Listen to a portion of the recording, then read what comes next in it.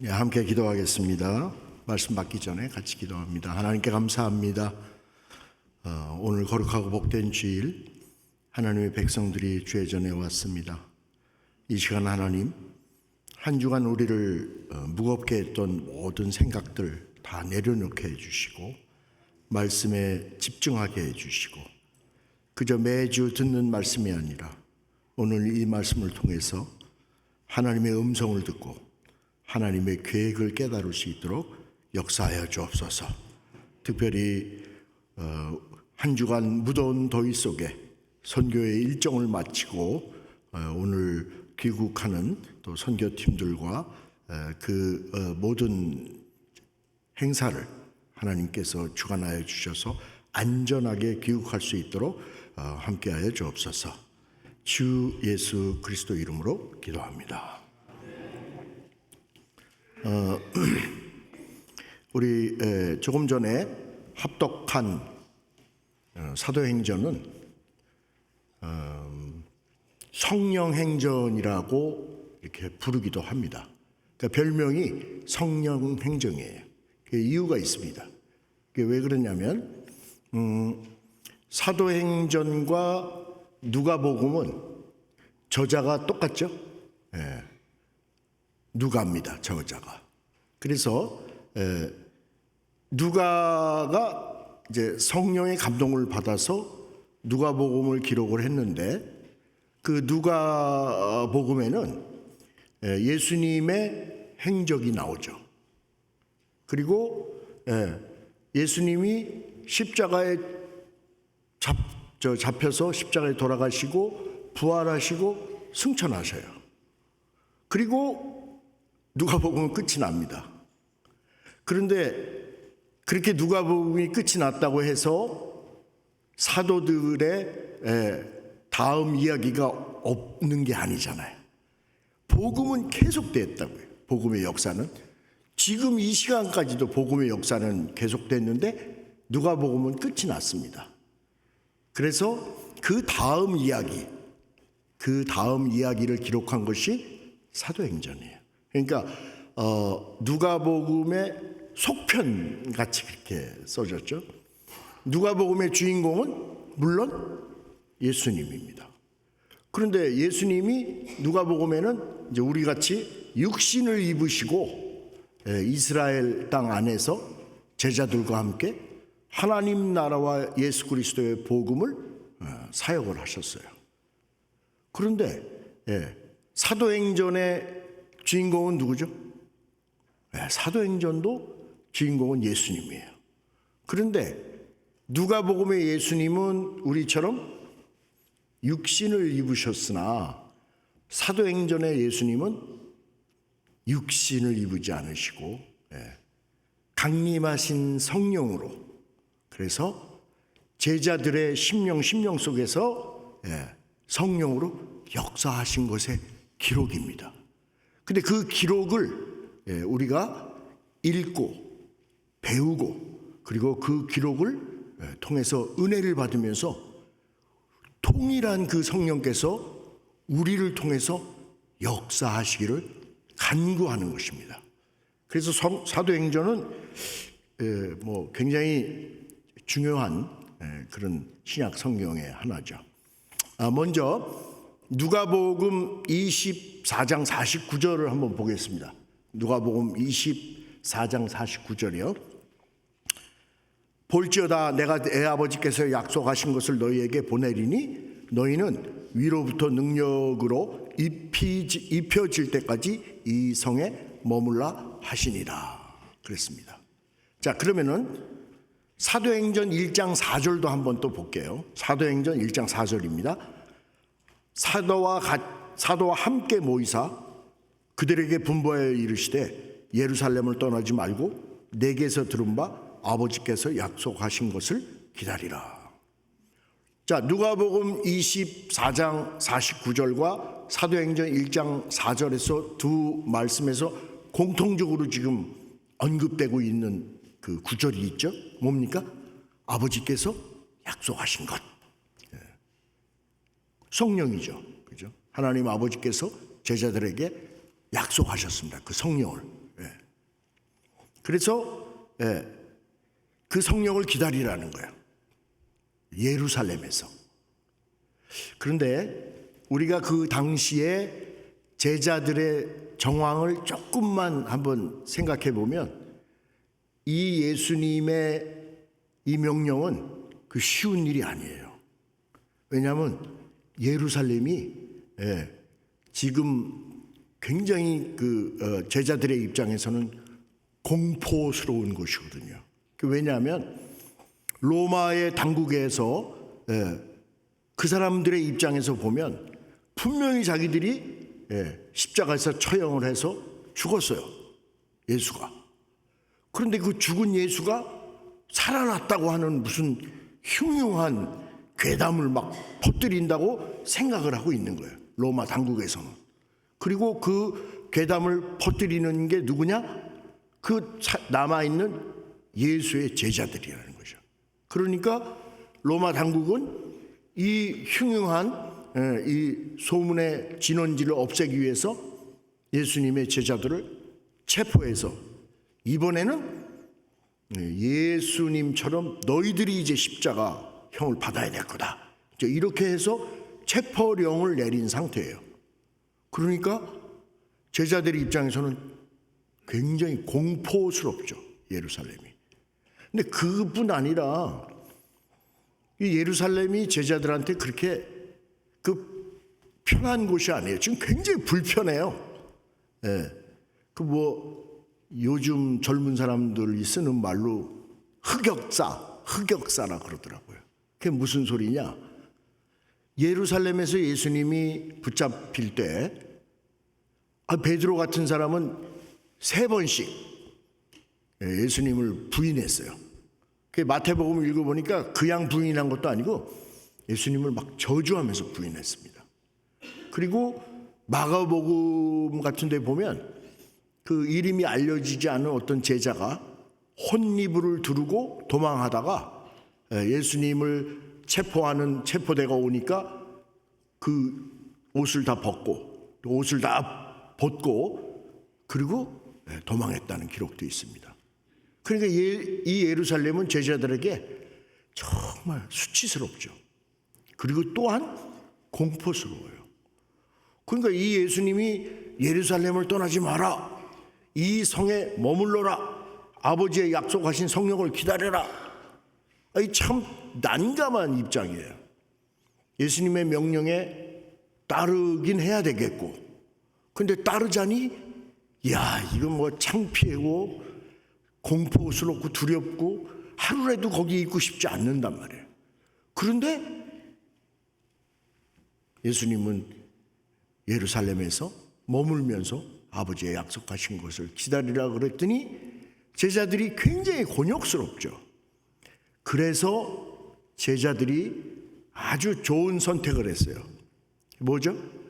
제자들이 이제 마가의 집에 모여서 기도했습니다. 열흘 동안. 그래서 전혀 기도에 힘쓰니라고 표현이 될 정도로 정말 그 절박함을 갖고 집중적으로 기도를 한 기록이 있습니다. 근데 아마 모르긴 몰라도요, 그 제자들은 자기들 딴에는 자기들이 굉장히 참 준비가 잘 된 사람이라고 생각했던 것 같아요. 그럴 수밖에 없죠. 3년을 예수님에게 이제 훈련을 받았죠. 그런데가 부활하신 예수님이 40일 동안 특별 지도도 해주셨어요. 하나님 나라의 복음에 대해서. 그러니까 자기들은 굉장히 좀 뭐가 좀 돼 있는 사람으로 착각을 했을 수도 있어요. 그런데 그것이 얼마나 무능하고 무용했던 것인지를 여지없이 지금 드러내고 있어요. 이런 문제와 사건이 딱 터지니까 공포스럽고 수치스러운 그곳에 머물러라 라고 하는 그 명령이 떨어지니까 예수님의 제자들이 자신들이 생각하는 것만큼 그렇게 준비된 사람이 아니라는 게 아주 여지없이 드러났죠. 요한복음 19장 같은 데를 보니까 예수님이 제자들이 무서워서 이렇게 방에 들어가서 문을 꽁꽁 걸어 잠그고 자기들이 그렇게 숨어 있었던 그런 모습도 나오거든요. 여러분 생각해 보십시오.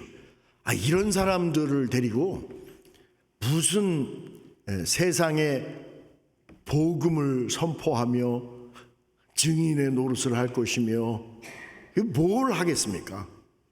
아무것도 할 수 없어요. 한마디로 무용, 무능 그 자체죠. 이 말씀을 우리들한테 조금 적용해 봐도 될 것 같아요.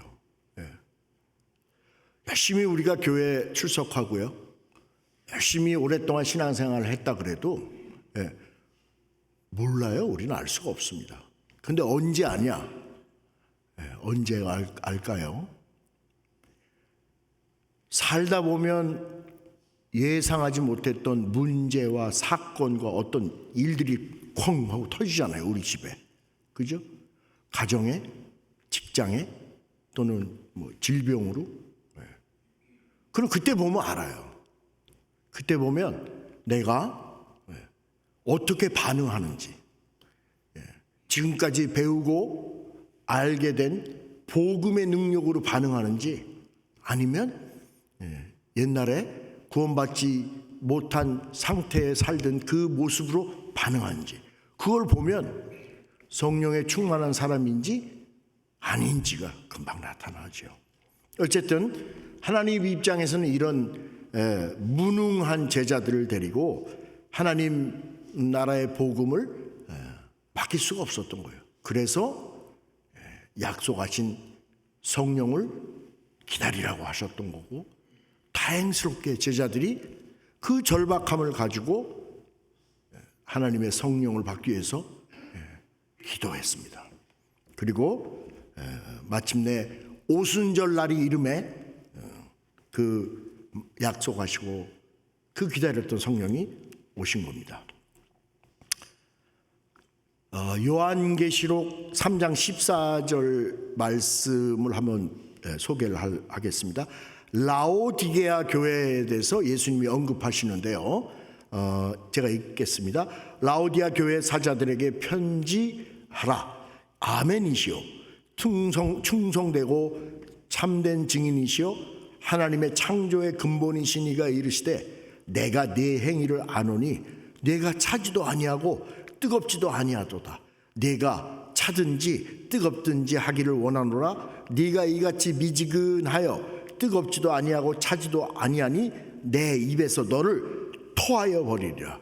네가 말하기를 나를 부자라 부여하여 부족한 것이 없다 하나 내 공고한 것과 가련한 것과 가난한 것과 눈먼 것과 벌거벗은 것을 알지 못하는도다. 라오디게아 교회는 남들이 다 부러워하던 교회였어요.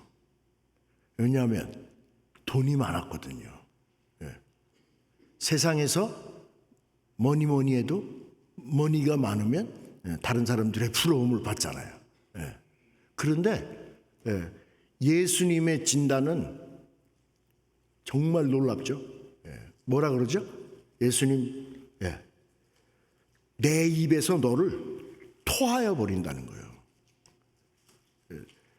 너를 더 이상 내 입에 담고 싶지도 않다는 거예요. 예수님이. 그리고 너 부자라 그랬지? 부족한 것이 없다 그랬지? 그러나 네 실상은 뭐예요? 곤고하고 가련하고 가난하고 눈멀고 벌거벗었다 그러셨어요. 아무리 돈이 많아서 풍요하고 넉넉한 교회였지만 예수님의 진단은 뭐예요? 영적으로 죽은 교회라는 거예요. 차가운 기독교예요. 못은 덩어리야 이렇게 진단하고 계세요.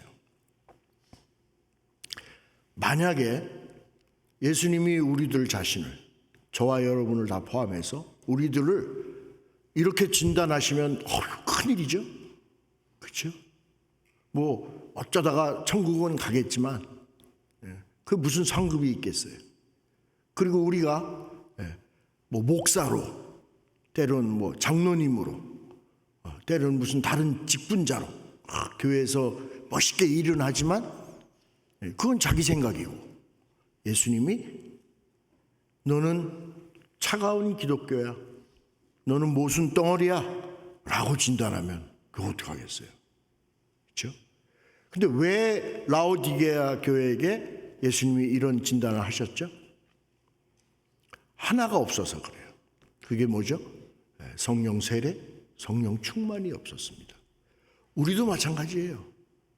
우리의 그리스도인의 인생이 성령 충만하지 못하고 성령 세례의 경험이 없어요. 그러면 똑같습니다. 그저 한마디로 무능, 무용, 그거밖에는 표현할 방법이 없습니다. 그래서 오늘 성경 본문 핵심 구절이 뭐죠? 오직 성령이 너에게 임하시면 너희가 권능을 받고, 그죠? 예루살렘과 온 유대와 사마리아 땅끝까지 내 증인이 되리라. 오직 성령, 오직 권능, 오직 증인입니다. 그래서 오늘 설교 제목을 오직 성령, 오직 권능, 오직 증인 그렇게 말씀했습니다.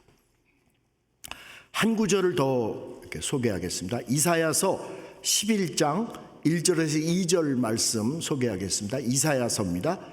자, 읽겠습니다. 이새의 줄기에서 한 싹이 나며 그 뿌리에서 한 가지가 나서 결실할 것이요 그의 위에 여호와의 영 곧 지혜와 총명의 영이요 모략과 재능의 영이요 지식과 여호와를 경외하는 영이 강림하시리니. 이사야서의 그 메시아 예언의 한 구절인데 이새의 줄기에서 한 싹이 난다고 기록을 했어요. 근데 왜 하필이면 이새의 줄기죠? 좀 더 근사한 사람들이 많은데, 예를 들면 뭐 아브라함의 줄기에서, 다윗의 줄기에서 하면 더 근사할 텐데 왜 하필 이새의 줄기라고 표현했죠? 이유가 있습니다. 더 보잘것없고 더 초라한 것을 강조하기 위한 의도였어요.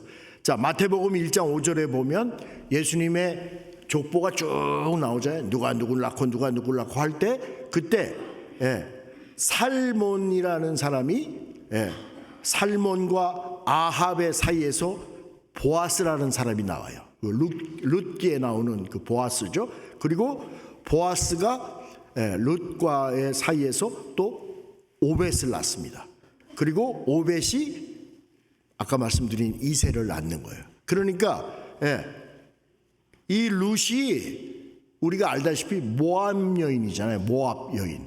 그 룻의 아들이 오벳이고 오벳의 아들이 이새니까 이새는 모압 여자 룻의 손주예요. 그런데 그 혈통을 강조하던 그 유대 사회에서 모압의 후손이라는 것은 굉장히 초라한 거죠. 그 유대 사회는 굉장히 혈통 사회잖아요. 그러니까 이새라고 하는 사람은 그렇게 내세울 게 없다는 얘기예요. 보잘것 없다는 거예요. 거기다가 또 이새의 줄기에서 한 싹이 나며 했잖아요. 그 싹이라는 말이 뭐 순, 가지 이렇게 표현되는데 아주 작고 보잘것없다라는 뜻이죠. 근데 이 싹이라는 말의 히브리어 원어가 네세르 이런 말이거든요. 근데 여기서 뭐가 나왔냐? 나사렛이 나왔어요. 나사렛이. 그러니까 네세르에서 음차를 한 거예요. 그 나사렛이라는 말의 원뜻이 뭐죠? 보잘것없는 초라한 그런 뜻이에요. 그러니까 나사렛 예수 그러면 되게 보잘것없다는 얘기예요. 그래서 요한복음 1장 45절에서 46절에 이런 얘기가 있어요. 빌립이 나다나엘을 찾아 이르되 모세가 율법에 기록하였고 여러 선지자가 기록한 그 일을 우리가 만났으니 요셉의 아들 나사렛 예수라 그랬습니다. 그랬더니 나다나엘이 뭐라 그러냐면 나사렛에서 무슨 선한 것이 날 수 있겠어? 이렇게 얘기합니다. 이렇게 나다나엘이 나사렛에서 뭐가 나올 수 있냐고 저평가한 이유가 바로 여기에 있는 거죠. 그러니까 나사렛 예수는 아주 보잘것없다는 그런 소리예요. 그런데 아까 조금 전에 읽은 이사야서 11장 1, 2절에 이새 줄기에서 한 싹이 났어요.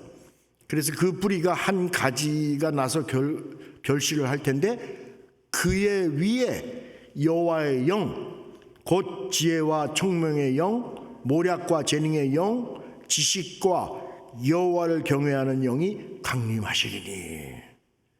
여러분 무슨 얘기예요? 이렇게 보잘것없는 싹 위에 여호와의 영 강력한 하나님의 성령이 강림하셨다는 거예요. 그분이 그리스도예요. 그랬더니 그 작고 보잘것없는 그 이새의 줄기에서 나온 한 나사렛 예수가 어떤 사람, 어떤 존재가 됐습니까? 가장 강력한 하나님의 성령에 충만한 그런 파워풀한 존재가 된 거예요. 여러분 이게 바로 성령의 공식이고요. 동시에 이게 그리스도인 인생의 공식이에요. 그래서 우리가 성령 충만 받아야 됩니다. 우리 그리스도인 인생이요, 성령의 충만으로 이 땅을 살아갈 때 내 한계를 뛰어넘는 하나님의 놀라우신 그 능력을 누리며 살아갈 수 있는 겁니다. 아멘? 뭐 우리 다 알지 않습니까? 나라는 자신이 얼마나 뭐 보잘것없잖아요. 저도 그래요. 저 자신도 정말 부실하고 무능하고 지혜도 없고 참 저도 그렇더라고요. 그러니까 이 저의 부실하고 보잘것없음 위에 하나님의 영이 임해야, 그래야 제가 그 하나님의 성령의 능력에 힘입어 사역도 하고 또 한 가정의 아빠 노릇도 하고 또 제가 제 인생에, 그렇죠? 하나님의 능력에 힘입어 살아가지 않겠습니까? 이 약한 우리에게 성령이 임하시면요, 세 가지 없어지는 게 있어요. 세 가지 없어지는 게. 첫 번째, 더는 두렵지 않습니다. 이제 두렵지 않아요. 두 번째, 힘들지 않아요. 어떤 일에도 어떤 곳에도 누구하고도 힘들지 않아요. 세 번째, 그 누구도 부럽지 않습니다. 두렵지 않게 합니다. 힘들지 않게 합니다. 그리고 부럽지 않아요. 그러면 이걸 거꾸로 하면 어떡하죠? 내가 지금 두렵다. 성령 충만하지 않은 거예요. 내가 뭐가 되게 힘들다. 성령 충만 없는 거예요. 내가 누가 되게 부러워요. 그러면 지금 성령의 충만함을 누리지 못하는 거예요. 성령의 충만함으로 이 세 가지와 상관없는 사람이 되기를 축원합니다. 성령 세례 이후에 성경은 제자들의 모습을 기록하잖아요. 어떻습니까?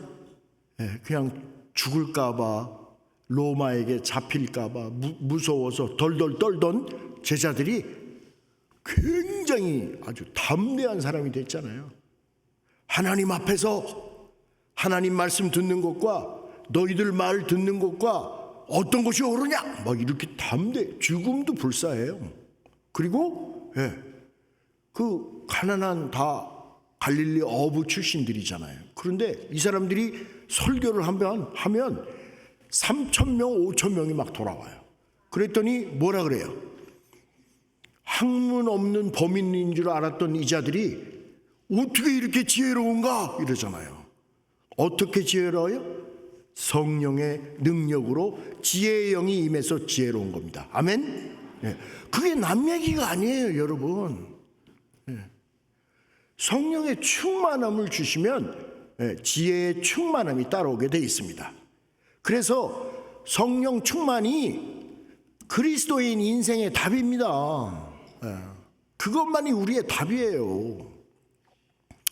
사도행전 1장 5절에 몇 날이 못되어 성령으로 세례를 받으리라고 했습니다. 몇 날이 못되어 성령으로 세례를 받으리라고 하신 약속의 말씀은 지금 우리에게도 동일해요. 몇 날이 못돼서 여러분과 제가 성령의 충만한 모습으로 변화될 수 있습니다. 왜요? 성경이 약속하잖아요. 근데 몇 날은 고사하고 몇십 년이 됐는데도 안 되던데 이렇게 말씀하실 수 있을 거예요. 그렇죠? 대부분의 우리가 이 성령의 능력을 마치 먼 나라 이야기처럼 들어요. 그래서 이 성령의 권능에 별로 사모함도 없고 관심도 없고 별로 간구함이 없어요. 그저 있어도 그만이고 없어도 그만이고. 이렇게 해서는 성령의 충만을 입을 수가 없어요. 아까 말씀드린 초대교회 당시에 제자들의 지금 그 절박함을 보세요. 이거는 돼도 그만 안 돼도 그만이 아니에요. 예수님의 마지막 명령은 따라야겠고, 그러자니 예루살렘에 머물러서 약속하신 성령을 받아야겠고, 그때 이 제자들의 절박한 심령을 우리도 가져야 돼요. 이 성령의 충만함, 이 성령의 능력이 아니면 정말 변화무쌍하게 몰려오는 이 인생의 많은 문제와 사건들을 우리의 능력으로는 헤쳐갈 수가 없어요. 우리 다 이민생활하고 있지 않습니까? 여기는 우리가 태어나서 낳고 자란 나라가 아닙니다. 언어도 다르죠. 문화도 다르죠. 정서도 달라요. 그런데 여기서 살아남아야 됩니다. 버텨내야 돼요. 여러분, 뭘로 버틸까요? 여러분의 인내에는 한계가 있습니다. 좀 심한 말로 우리들의 깡다구는 그렇게 오래 못 가요. 지속적으로 우리를 승리하게 할 수 있는 것은 오로지 하나님의 성령뿐입니다. 아멘. 그런데 거기에 대한 절박함이 없어요. 누가복음 11장 13절에 너희가 악할지라도 좋은 것을 자식에게 줄 줄 알거든 하물며 너희 하늘 아버지께서 구하는 자에게 성령을 주시지 않겠느냐 말씀하십니다. 구하면 주신다 그랬잖아요. 그런데 안 구해요, 성령을. 왜 안 구하냐? 구할 게 너무 많아요. 그 구할 게 많은 게 전부 다 육신 주세요 주세요. 이제는 우리가 기도에 업그레이드를 좀 해야 되지 않겠어요? 그렇죠? 5살 6살 먹은 아이가 부모한테 구하듯이 아빠 엄마 이거 해줘요 저거 해줘요 하는 그런 신앙의 레벨은 이제 우리가 뛰어넘어야죠. 좀 이제 성숙한 기도인으로서 성령을 간구하는 기도를 하시기를 축원합니다. 그때 구하는 자에게 성령을 주신다고 했습니다. 약속하셨잖아요. 구하십시오. 구하십시오. 한 몇 년 전에 굉장히 유행하던 책이 있었어요. 야베스의 기도라고요.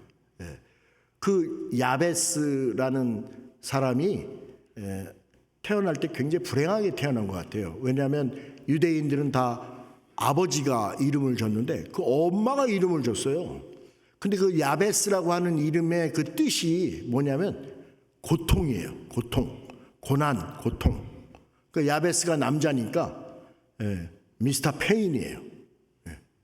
제가 애를 낳는데 애 이름을 이 고통이라고 줬다면 그게 무슨 쉬운 일이겠어요, 그죠? 얼마나 인생이 힘들면 고통이라고 하셨을까요? 그때 역대상 4장 10절에 야베스의 기도가 이렇게 나와요. 무슨 굉장한 영적으로 이렇게 수준 있는 기도도 아니에요. 무슨 아주 미사여구가 있는 기도도 아니에요. 되게 심플한 기도입니다. 간단해요. 하나님, 저의 지경을 넓혀 주시옵소서. 야베스의 지경이 뭡니까? 태어날 때부터 그 가난과 아버지 없는 그 외로움과 그 혈통을 중시하는 유대 사회에서 그냥 따돌림 받고 그 고통스러움에서 나를 벗어나서 나의 지경을 넓혀 주옵소서 그렇게 기도했거든요. 그런데 그 4장 10절에 뭐냐면 여호와 하나님께서 그의 기도를 들어 응답하셨더라. 아멘. 여러분, 우리도 이제 우리 지경이 좀 넓어져야 돼요. 우리가 이런 정도를 가지고는 안 됩니다. 성령의 충만함을 가지고 필라델피아와 미국과 전 세계의 그리스도야 하나님의 복음을 위해서 그릇이 커져야 돼요. 이 정도의 지경을 가지고는 하나님이 우리를 쓰실 수 있는 게 이 정도밖에 안 돼요. 이 지경을 넓히는 것이 바로 성령의 충만함입니다. 무엇보다도 성령의 충만함을 기도하시기 바랍니다. 주님은 우리 함께 읽은 사도행전 1장을 통해서 우리 그리스도인 인생에 아주 중요한 나아갈 두 방향을 주었어요. 아주 중요한 두 방향입니다. 첫째는 말씀드린 것처럼 성령 세례, 성령 충만입니다. 그래서 에베소서 5장 18절에 술 취하지 마라. 이런 방탕한 것이니 오직 성령으로 충만함을 받으라. 여기서 술 취하라는 말씀은 단지 마시는 술만을 의미하는 건 아니에요. 이 세상에 이 인생에 좋은 것에 취하지 말라는 거예요. 그 대신에 성령의 충만함을 받으라는 겁니다. 세상에 취하고 있는 동안은 성령이 나하고 상관이 없겠죠. 성령 충만을 받을 게 제일 먼저 우리가 나아갈 방향입니다. 그리고 두 번째 말씀을 듣기 전에 사도행전 10장 38절 한 절 더 소개합니다. 하나님이 나사렛 예수에게 성령과 능력을 기름 붓듯 하셨음에 그가 두루 다니시며 선한 일을 행하시고 마귀에 눌린 모든 사람을 고치셨으니 이는 하나님이 함께 하셨습니다. 예수님이 하나님이시잖아요. 그런데 그 하나님이신 예수님도 성령을 기름 붓듯 받으셔서 사역을 하셨어요. 그런데 하물며 우리는 어떻겠어요? 여러분, 기계도 이게 기름칠을 해야 오래 쓰고 아주 원활하게 사용할 수 있잖아요. 이제 제가 그 중남미 지방에 단기 선교를 가는데 덥잖아요, 날씨가. 근데 차들이요, 우리 미국에서 한 15년, 20년 타면 많이 타잖아요. 거기는 30년 된 차가 보통이더라고요. 깜짝 놀랐습니다. 오래 타더라고요. 그게 왜 그러냐? 이게 날씨가 추우면 그 차를 이렇게 윤활하게 하는 그런 기름들이 얼어서 차의 기능이 자꾸 망가진대요. 그래서 이 추운 지역에 있는 차를 오래 쓰는 경우는 많이 없다는 거예요. 그럼 반대로 더운 지방은 차가 어는 일이 없으니까 그 윤활 기능이 늘 지속이 되니까 차를 오래 쓴다 그러더라고요. 여러분, 우리도 마찬가지예요. 하나님의 사역을 제대로 하려면 우리의 가정과 산업과 우리가 있는 데서 우리의 삶을 풍요롭게 지속하기 위해서 기름칠해야 돼요. 어떤 기름이죠? 성령의 기름 붓음이 필요합니다. 그래서 그리스도 인생의 첫 번째 목표가 성령의 충만입니다. 성령 충만은 능력 충만입니다. 성령 충만은 지혜 충만입니다. 아멘. 1장 8절 오늘 핵심 본문이죠. 오직 성령이 너희가 임하시면 너희가 권능을 받고 예루살렘과 온 유대와 사마리아 땅끝까지 이르러 내 증인이 되리라 그랬습니다. 자, 첫 번째가 성령 충만이라면 두 번째는 제자 되는 거예요. 다른 말로 하면 증인 되는 겁니다. 여러분이 알기 쉽게 외우기 쉽게 말씀드릴게요. 우리 교회는 없는 것 같은데 제 친구 중에 그 성제가 있었거든요. 성제. 여러분 성제를 늘 가까이 하십시오. 성령을 충만케 하시고요. 제자가 되십시오. 그래서 성제예요.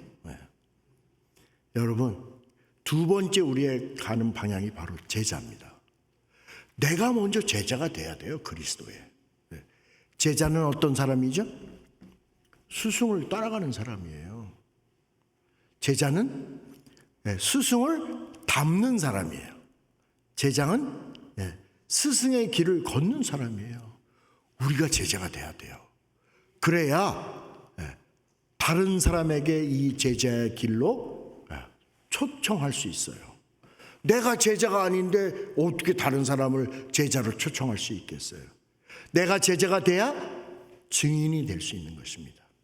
마태복음 28장 19절에서 20절에 그러므로 너희는 가서 모든 민족으로 제자로 삼아 아버지와 아들과 성령의 이름으로 세례를 베풀고 내가 너희에게 분부한 모든 것을 가르쳐 지키게 하라. 볼지어다 내가 세상 끝날까지 너희와 항상 함께 있으리라 하시니라. 아멘.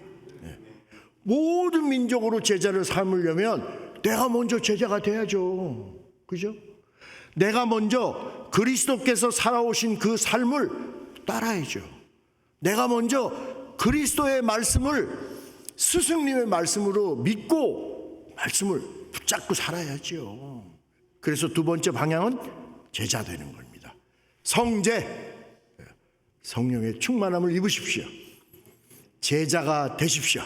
아멘.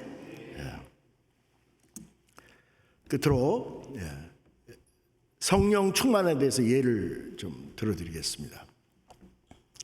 자, 여기 제가 이제 커피 한 잔을 들고 있다고 합시다. 그런데 설교하느라고 이 커피를 안 마시고 이제 여기다 놨어요. 그러면 이 커피가 다 식죠. 그 처음에 그 나온 그 프레시한 커피가 아니에요. 기왕이면 좀 프레시한 커피를 먹고 싶지 않겠어요? 그러면 어떻게 해야 돼요? 이 다 식어 빠진 여기다가 갖다 붓나요? 그러면은 프레시한 커피가 안 되죠. 아주 지금 막 꺼낸 아주 프레시한 커피를 마시려면 이걸 어떻게 해야 돼요? 그렇죠.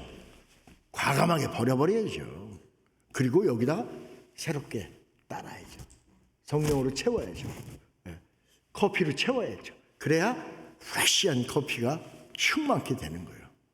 여러분 우리의 심령도 마찬가지예요. 여기다가 성령의 충만을 부으면 별로 그렇게 프레시한 성령 충만이 안 될지도 몰라요.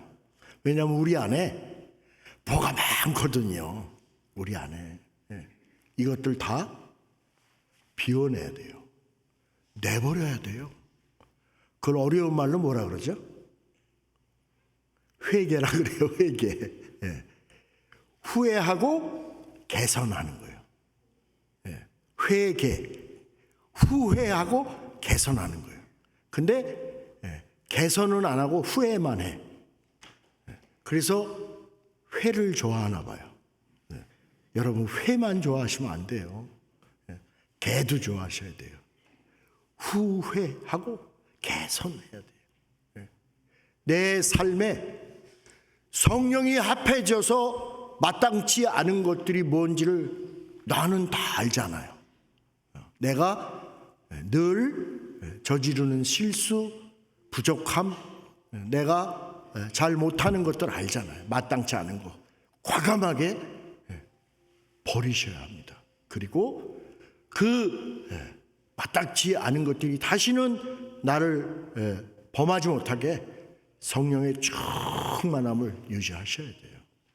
그때 우리가 강력한 그리스도의 복음의 용사, 놀라운 능력의 복음의 전사가 될 줄로 믿습니다.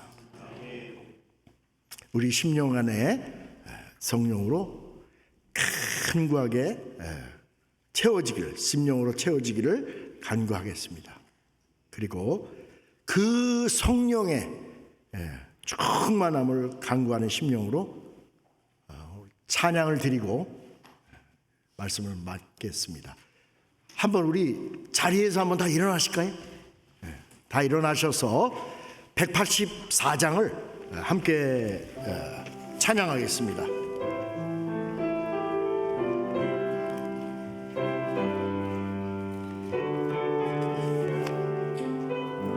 불길 같은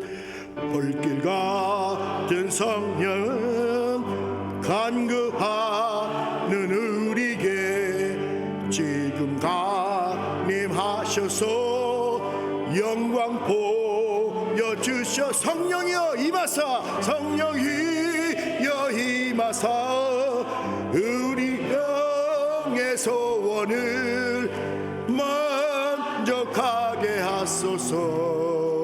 기다리는 우리에게 불러 충만하게 하소서. 주의 제단 불의에 우리 몸과 영혼과 우리 가진 모든 것 지옵니다. 성령이여 임하사 우리 영의 소원을 만족하게 하소서. 기다리는 우리를 불러 충만하게 하소서. 모든 것 다 바치고 비고비 내 마음에 성령 충만하소서. 주여 채워주소서. 성령이여 임하사 우리 영의 소원을 만족하게 하소서. 기다리는 우리에게 불러 충만하게 하소서. 구속하신 주께서 약속하신 성령을 믿고 간구하오니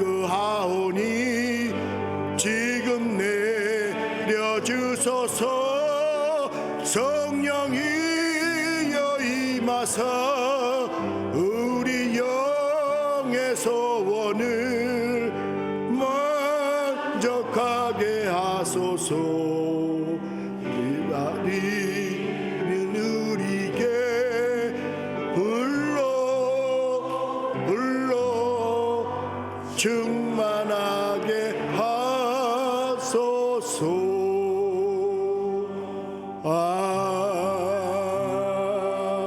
아멘. 우리 이 시간 함께 기도하기를 원합니다. 들으신 말씀 붙잡고 우리 성령의 충만함만이 우리 그리스도 인생의 답입니다. 성령 충만을 기도하시고 그 성령 충만이 내 삶에 들이운 모든 두려움의 그림자, 힘든 그림자, 부러웠게 하는 그림자들 다 없애주시고 오직 성령의 충만함으로 이 땅에서 주님 주신 이 인생 행복하게 살게 해달라고 이제 가시간 기도하고요. 또한 선교의 사명을 마치고 이제 그곳에서 성령의 불길을 심어주고 오신 선교팀들 안전하게 귀국할 수 있도록 이 시간 우리 통성으로 기도할 때 우리 한번 주여 한번 3번 부르시고 정말 간절하게 한번 기도하십시다. 기도하십시다. 주여 주여 주여. 하나님께 감사합니다. 아버지 하나님, 사도행전 1장을 통해서 우리가 나아갈 아버지 그리스도 인생의 방향을 받았습니다. 아버지 성령의 충만으로 나의 심령이 세상에 취하지 않고 성령의 충만으로 살게 하여 주시옵소서. 이제는 아버지 하나님, 먼 발치에서 바라보는 그 그리스도가 아니라 그리스도의 제자가 되어서 그리스도의 행하신 그 삶과 그리스도의 말씀과 그리스도의 모습을 내가 담고 살아갈 수 있도록 제자로서의 삶을 인도하여 주시옵소서. 아버지 하나님, 우리의 심령 가운데 이 2가지 방향이 간절하게 채워지기를 간구합니다. 성령을 간구하는 심령으로 함께 찬양도 했습니다. 이 시간 아버지 하나님, 성령으로 충만한 인생을 주옵소서. 또한 아버지 도미니카 공화국에서 선교의 사명을 성령의 충만함으로 마치고 돌아오는 선교팀들 안전하게 귀국하게 함께하여 주시옵소서. 참 좋으신 사랑의 하나님, 사도행전 1장의 말씀으로 우리 인생의 2가지 방향을 받았습니다.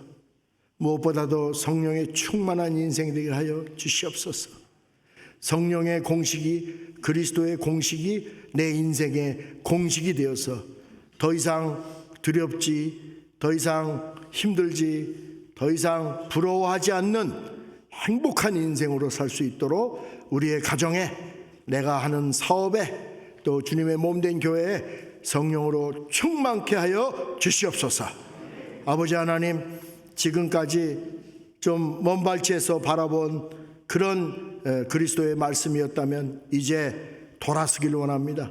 그리스도의 제자로서의 삶을 결단하게 하여 주시옵소서. 그리스도가 살아오신 그 삶, 그리스도가 말씀하신 그 말씀, 그리스도의 그 모습이 내 안에서 아버지 남김없이 발휘될 수 있도록 역사하여 주시옵소서. 지금은 우리 주 예수 그리스도의 은혜와 하나님의 끝이 없으신 사랑과 성령님의 충만을 간구하는 주의 백성들 머리 위에, 심령 위에 지금부터 영원토록 함께 하시기를 간절히 축원하옵나이다.